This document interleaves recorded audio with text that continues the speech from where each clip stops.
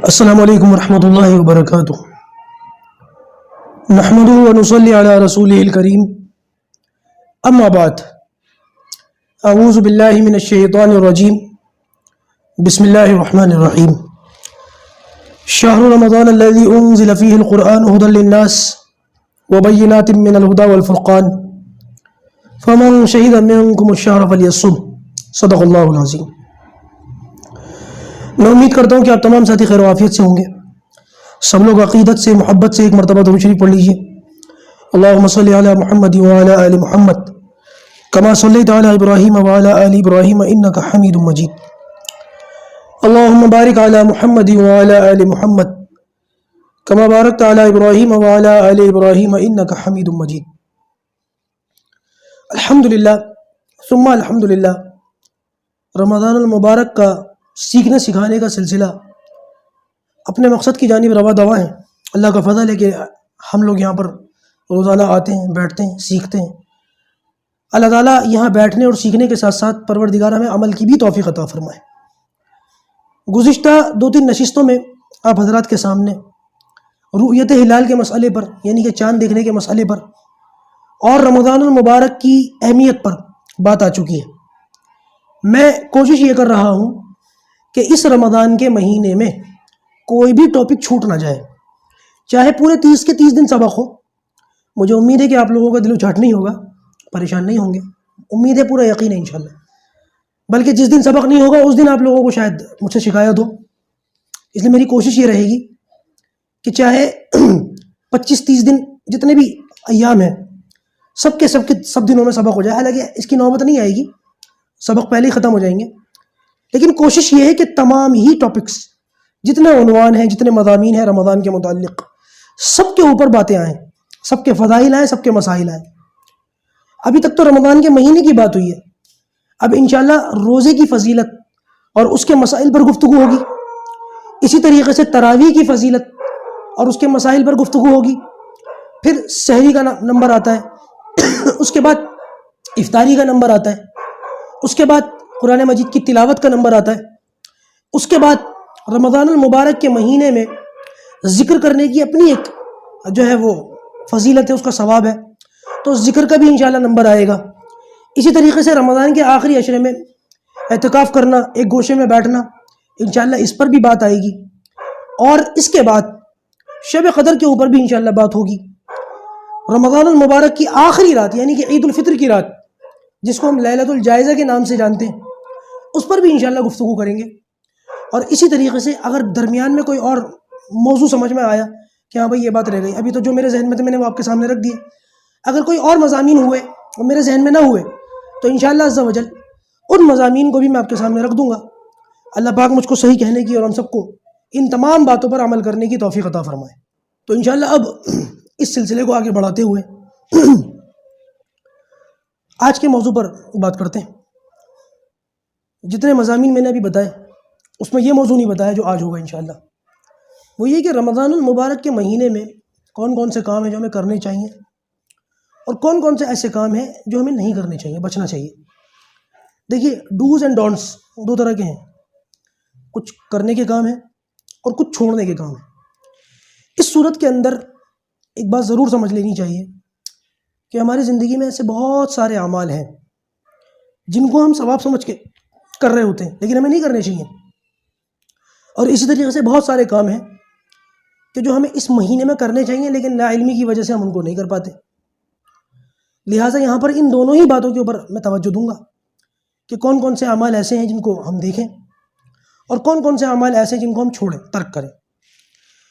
آج کی جو نشست ہے، آج کا جو سبق ہے یا آج کی جو کلاس ہے، اس کے متعلق میں آپ لوگوں سے درخواست کروں گا، آپ چاہیں تو یہی کلاس روک دیں اور اپنے پاس ایک چھوٹی سی پاکٹ ڈائری بنا کر کے رکھ لیں، نوٹ بک رکھ لیں، کاغذ قلم لے لیں اور لسٹ بنائیں ان کاموں کی جو میں بتانے جا رہا ہوں۔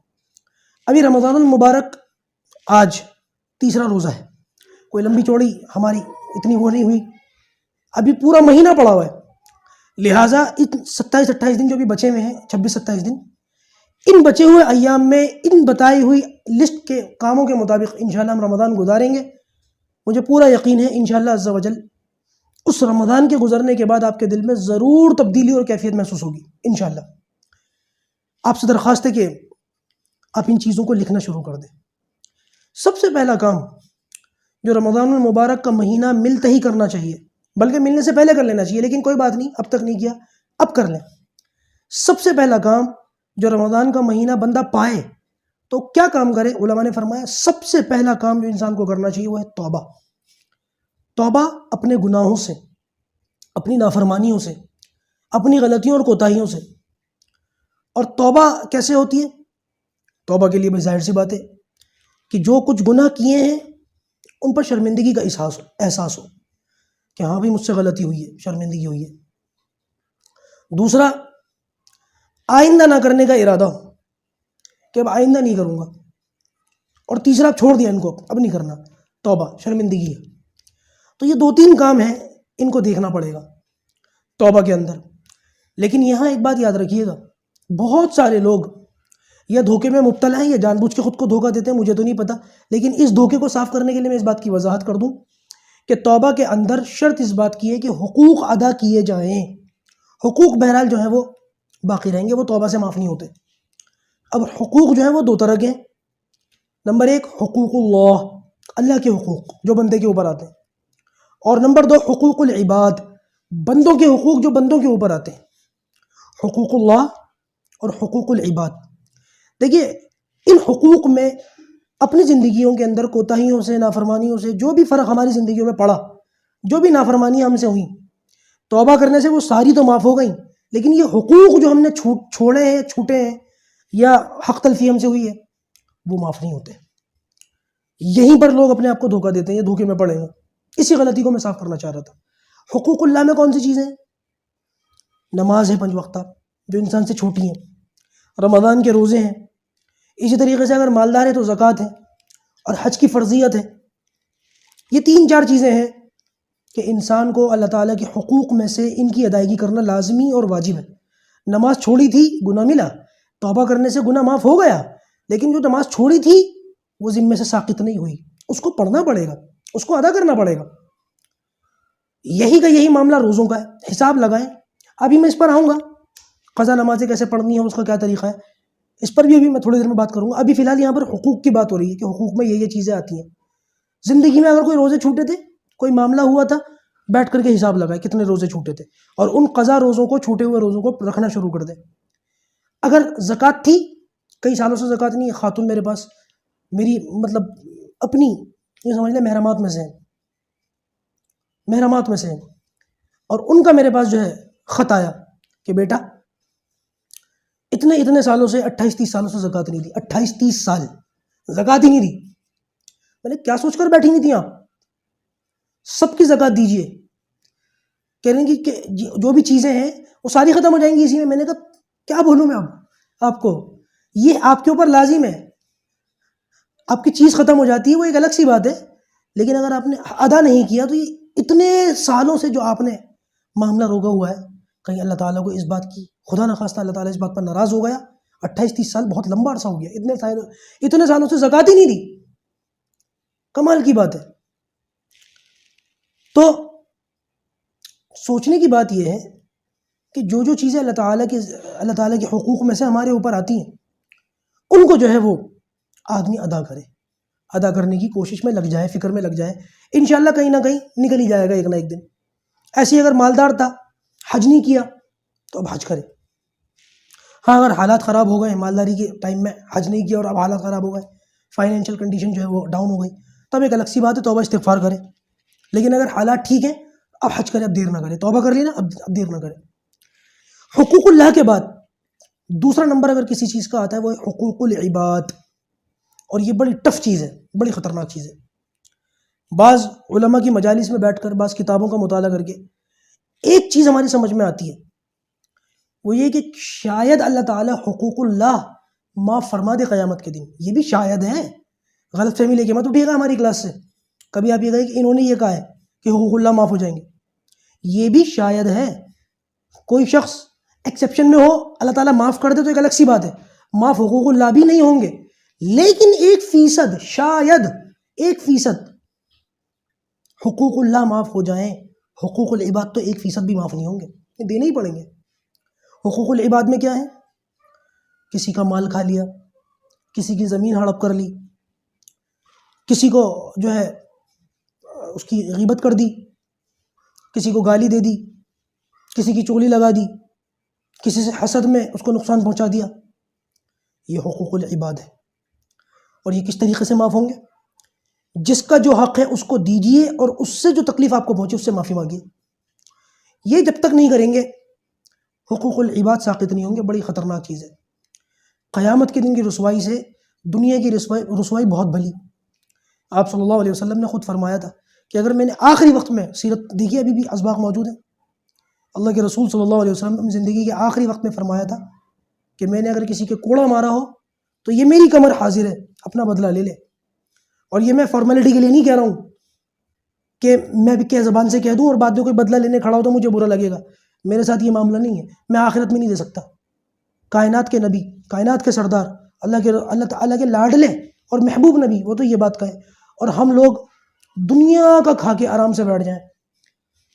جب کبھی میں دنیا کے حالات دیکھتا ہوں نا، مسلمانوں کے خاص طور سے اس ملک پر حالات دیکھتا ہوں، تو حالات دیکھو تو بڑا افسوس ہوتا ہے، بڑا خیال آتا ہے کہ پروردگار کیا معاملات ہیں، کس طریقے سے ایسا ہو رہا ہے۔ لیکن جب قوم کی بدعمالیاں نظروں سے گزرتی ہیں کہ الامان والحفیظ، ایسا لگتا ہے کہ یہ حالات تو ہماری بدعمالیوں کے مقابلے میں کچھ بھی نہیں ہے۔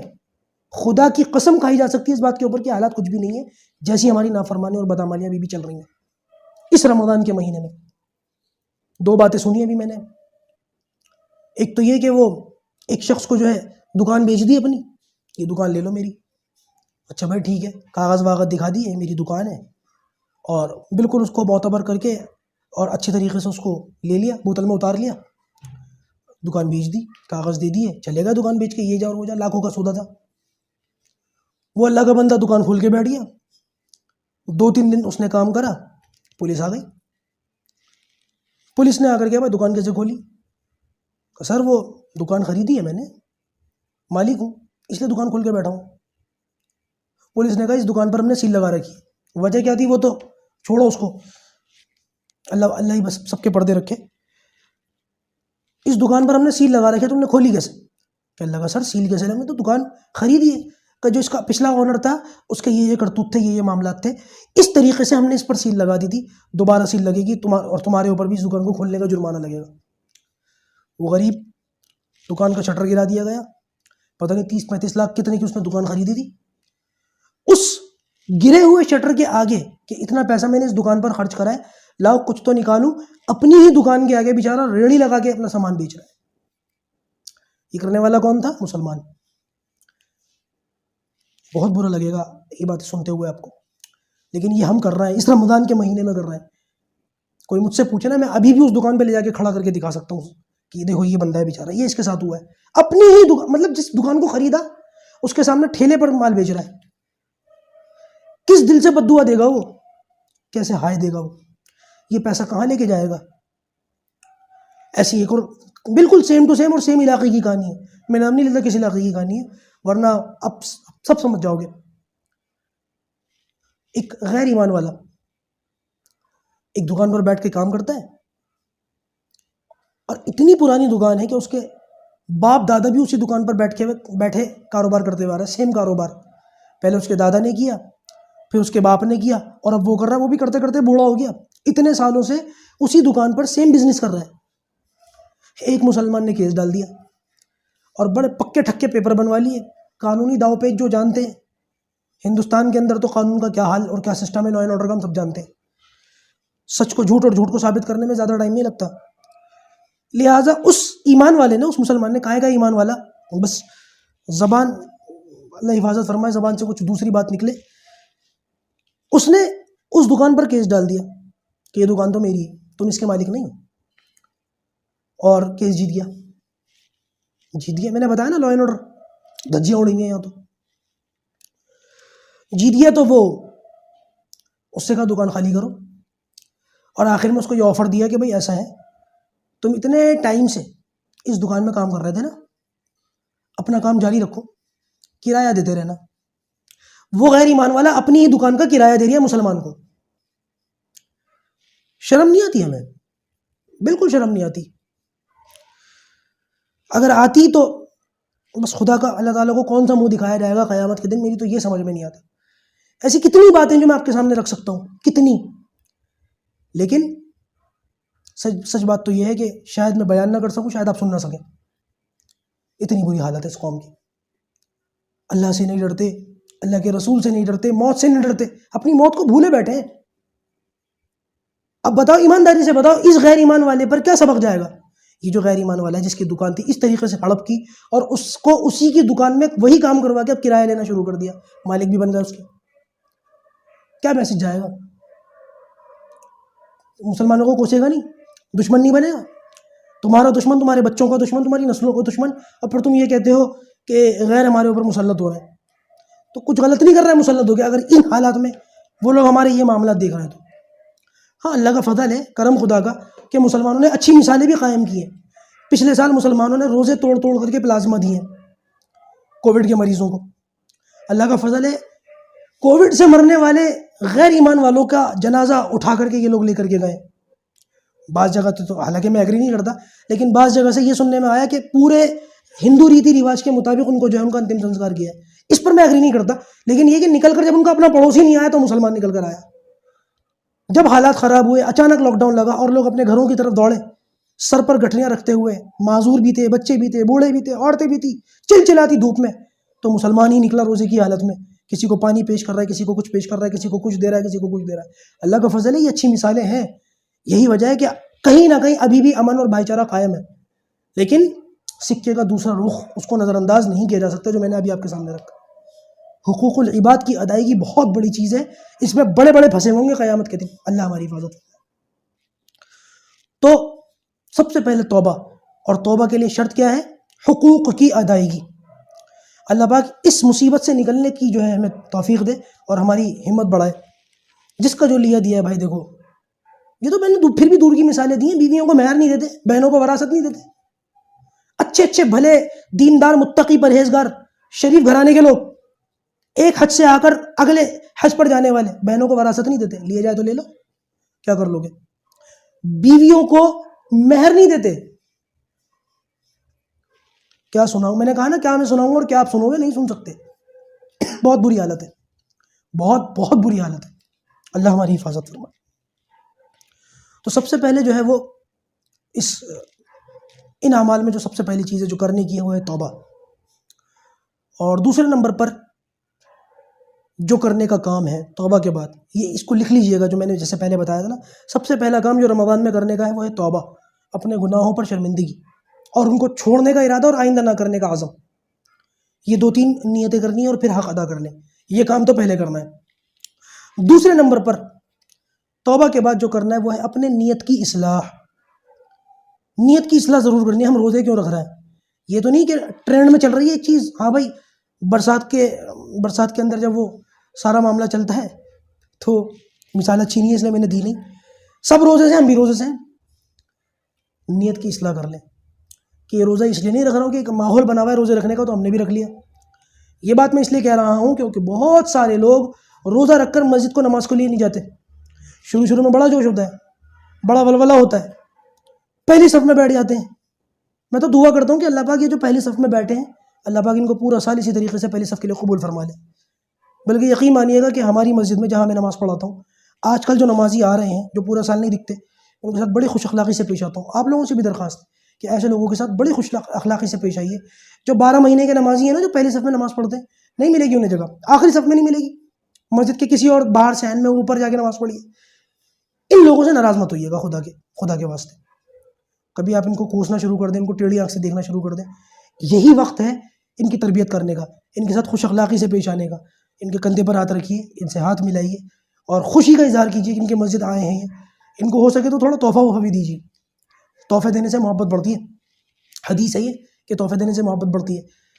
لہٰذا ان لوگوں سے میری درخواست ہے جو صرف رمضان کے موسم کے اندر ذرا سا گھر سے باہر نکلتے ہیں، اپنی نیتوں کو ضرور دیکھ لیں بھائی کہ ہم یہ سب کیوں کر رہے ہیں. یہ صرف اس لیے کر رہے ہیں کہ بس دنیا چل رہی ہے تو ہم بھی چل رہے ہیں. ایسے نہیں کرنا، بلکہ اللہ کی رضا کے لیے، تقوی اختیار کرنے کے لیے ہم نے یہ روزہ رکھا ہے. اور انشاءاللہ اب یہ جو روٹین ہماری دین پر چلنے کی شروع ہوئی ہے، یہ موت سے پہلے ختم نہیں ہونی انشاءاللہ. بلکہ ہمارے ایک بزرگ ہیں، وہ تو بڑی زبردست بات کی مجھ سے. بڑے بھی کس طریقے کی تربیت کرتے، کیسے کیسی باتیں کہتے ہیں. کسی نیک کام کے متعلق بات چل رہی تھی ہمارے استادوں میں سے، تو ہاں بھائی کرو گے اس کام کو؟ انشاءاللہ کریں گے۔ تو پوچھا کب تک کرو گے؟ تو ہم طلبہ جتنے بیٹھے ہوئے تھے ہم سب نے کہا مرتے دم تک۔ تو حضرت نے کہا نہیں یہ نیت مت کرو، سمجھے بات کو کیا کہہ رہے ہیں، یہ نیت مت کرو۔ تو پھر حضرت کیا نیت کریں؟ کہنے لگے کہ یہ نیت کر لو کہ قیامت تک کریں گے۔ بعض باتیں کتابوں میں نہیں لکھی ہوئی ہوتی ہیں، اللہ تعالیٰ بزرگوں کے دل میں ڈالتا ہے، کچھ باتیں اللہ تعالیٰ بزرگوں کے دل میں ڈالتا ہے۔ تو وہ بزرگ ہمارے استاد کہنے لگے کہ یہ نیت کر لو کہ اس عمل کو، جو یہ نیک کام ہے، اس کو اب کریں گے تو قیامت تک کریں گے۔ اس نیت میں کیا فائدہ ہے؟ دیکھو بچوں، اس نیت میں فائدہ یہ ہے کہ قیامت تک تو تم زندگی لے کر کے آئی نہیں، پکی بات ہے، کنفرم ہے کہ قیامت تک کی تو تمہاری زندگی نہیں ہے، لیکن احادیث سے، دینی کتابوں سے مطالعہ کرنے سے یہ بات سامنے آتی ہے کہ بندہ جو نیت کر لیتا ہے اللہ تعالیٰ نیت پر ویسا ہی اجر عطا فرما دیتے ہیں۔ تو اگر تم مرتے دم تک کی نیت کرو گے تو مرتے دم تک کا اجر تمہیں ملے گا، لیکن اگر تم نے قیامت تک کی اس نیت کو، اس کام کو کرنے کی نیت کر لی تو قیامت تک تمہاری زندگی تو نہیں ہے، لیکن نیت کرنے پر قیامت تک کا اجر اللہ تعالیٰ کے یہاں لکھ دیا گیا۔ کتنی بڑی بات ہے۔ تو یہ ہمارے ایک استاد تھے، انہوں نے اس طریقے کی بات کی تھی، انہوں نے کہا تھا بھائی یہ کسی کتاب میں نہیں ہے، بس اللہ تعالیٰ کبھی کبھی کچھ باتوں کو اپنے اللہ والوں کے دلوں میں ڈالتا ہے۔ تو انشاءاللہ ہم نیتوں کی اصلاح کر رہے ہیں کہ اب جو بھی ہم کام کریں گے کب تک کریں گے بتا دیا میں نے۔ تیسرا کام جو اس مہینے کے اندر کرنا چاہیے، رمضان المبارک کے اندر موقع ہو، یہ سب کے لیے نہیں ہے، ہر کوئی کر بھی نہیں سکتا اس کام کو جو میں بتانے جا رہا ہوں، وہ یہ ہے کہ اگر موقع ہو اور ہاتھ میں پیسہ وغیرہ بھی اچھا خاصا ہو، فائنینشیل کنڈیشن بہت اچھی ہو، آپ کی معیشت بہت اچھی ہو، پیسہ ویسا ہو، کوئی دقت کوئی پریشانی نہ ہو، حلال کا ہو، یہ ایک طرف رکھیے گا بات پہلے۔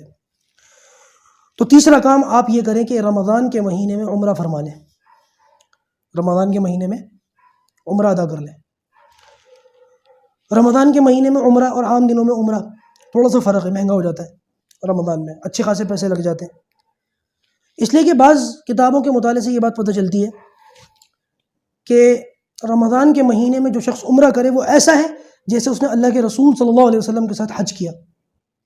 یہ قیامت تک کے لیے اللہ تعالیٰ نے رستہ کھول دیا مسلمانوں کے لیے کہ رمضان میں اگر کوئی شخص تھوڑی ہمت کر کے، تھوڑا پیسہ فالتو خرچ کر کے رمضان کے مہینے میں عمرے کے لیے چلا جائے تو اس کی فضیلت ایسی ہے کہ جیسی اللہ کے رسول صلی اللہ علیہ وسلم کے ساتھ کیے ہوئے حج کی۔ تو بھائی یہ موقع نہیں چھوڑنا، اگر اس سال نہیں بنتا معاملہ تو اگلے سال کے لیے نیت کر لیں، فائدہ بہت ہوگا انشاءاللہ۔ چوتھے نمبر پر جو کام کرنا چاہیے وہ یہ ہے کہ قرآن کی تلاوت ضرور کرنی ہے۔ اس مہینے میں قرآن کو ضرور اپنا جو ہے ساتھی بنانا ہے، اٹھتے بیٹھتے قرآن پڑھنا ہے، چلتے پھرتے قرآن پڑھنا ہے۔ یہ ضروری نہیں ہے کہ قرآن اب یاد نہیں ہے تو چلتے پھرتے کیسے پڑھیں، تو قرآن کا جو حصہ یاد ہے وہ چلتے پھرتے پڑھ لیں۔ کم سے کم قرآن کو اپنی زندگی میں اتنا تو ضرور لائیں کہ فجر کی نماز کے بعد سورہ یاسین پڑھ لی، یہ کم سے کم بتا رہا ہوں میں، ورنہ تو اس مہینے میں قرآن، یہ موسم ہی قرآن کا ہے، سیزن ہی قرآن کا ہی ہے۔ بہت سے لوگ، بہت سے اللہ والے ایسے جو کم سے کم ایک قرآن اس رمضان کے مہینے میں دیکھ کر تلاوت کر کے ختم کرتے ہیں۔ بہت سے بڑے باہمت لوگ ہیں جو 3 قرآن بھی پڑھتے ہیں، باہمت لوگ 10 بھی پڑھتے ہیں، اور ایک ساتھی کو تو میں پرسنلی جانتا ہوں، اللہ ماشاء اللہ حافظ نہیں ہے، نارمل آدمی، کاروباری آدمی، اور ایک دن میں ایک قرآن کی تلاوت مکمل کر رہا ہے کہ 30 دن میں 30 قرآن مجھے پورے کرنے ہیں، بلکہ انہوں نے تو پہلے روزے کو 2 قرآن پورے کرے۔ میں نے پوچھا بھائی پہلے روزے کو تم نے 2 قرآن کیسے پورے کر لیے؟ تو کہنے لگے میں نے احتیاطاً یہ کام کیا ہے، کہیں اگر 29 کے روزے آ گئے ہیں تو میں نے 30 قرآن کی نیت کر رکھی۔ ایسے بھی لوگ ہیں اپنی دکان پر بیٹھے ہوئے لیکن لگے ہوئے پڑھے جا رہے ہیں اور پڑھے جا رہے ہیں۔ تو آپ لوگوں سے میری چھوٹی سی درخواست یہ ہے کہ اس موسم میں، اس سیزن میں قرآن کو وقت دیں، قرآن سیکھیں، قرآن پڑھیں۔ سیکھنے کا بھی لفظ میں کہہ رہا ہوں، پڑھنے کا بھی لفظ میں کہہ رہا ہوں۔ اگر قرآن یاد ہے، قرآن پڑھ سکتے ہیں، تب تو اتنا ضرور کریں کہ کم سے کم بہت ادنا درجہ بتا رہا ہوں کہ ایک قرآن کی تلاوت پورے مہینے میں دیکھ کر کے مکمل کر لیں۔ اور اگر قرآن پڑھے ہوئے نہیں ہیں تو اس مہینے سے یہ فائدہ اٹھائیں کہ اس مہینے میں قرآن کو یاد کرنا، پڑھنا، سمجھنا سیکھ لیں۔ کسی ایک معتبر قاری صاحب کے پاس جائیں، کسی عالم صاحب کے پاس جائیں، ان کو 10-15 منٹ روز دے دیں، انشاءاللہ عید تک آپ کو اتنا فرق محسوس ہوگا، اگر وہ باصلاحیت عالم ہوں گے تو کم سے کم کچھ نہ کچھ اصول اور تجوید اور مخارج آپ کو پڑھا دیں گے، نورانی قاعدے کی کچھ تختیاں یاد کرا دیں گے انشاءاللہ۔ عید الفطر کے موقع کے اس کے آس پاس آپ دیکھیں گے کہ آپ کے قرآن میں کتنا فرق آیا، اور اس قرآن کے فرق سے آپ کو اتنی دلی خوشی ہوگی، پھر قرآن کو پورا یاد کیے بغیر، پورا پڑھے بغیر آپ چھوڑیں گے نہیں۔ قرآن کو سمجھ کر پڑھنا جب تک نہیں آ جائے گا آپ کے اندر سے وہ طلب ختم نہیں ہوگی انشاءاللہ۔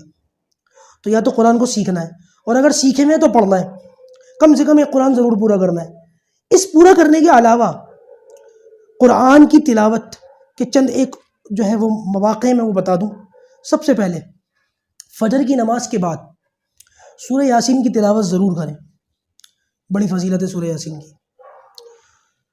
اور بعض روایتوں کے مطابق ایک مرتبہ سورہ یاسین کا پڑھنا 10 قرآن کی تلاوت کے برابر ہے، 10، بہت بڑی بات ہے۔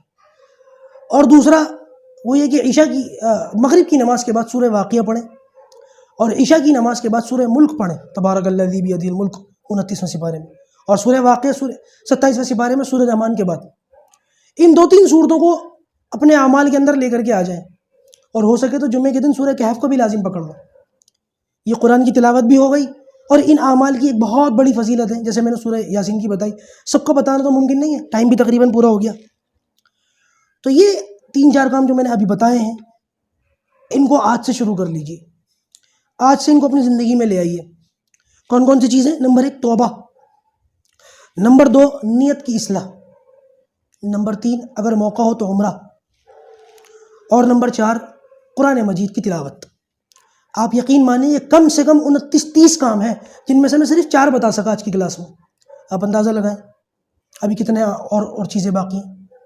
کوشش کروں گا کہ ساری کی ساری جو چیزیں ہیں ان کو کل آپ کے سامنے رکھ دوں، آج تو بات پوری نہیں کر سکا، ٹائم تقریباً پورا ہوتا جا رہا ہے۔ تو تلاوت کے ساتھ ساتھ ایک چیز کا اور دیکھ لینا ہے، وہ ہے تلاوت کی کیفیت، کیفیات ہے تلاوت۔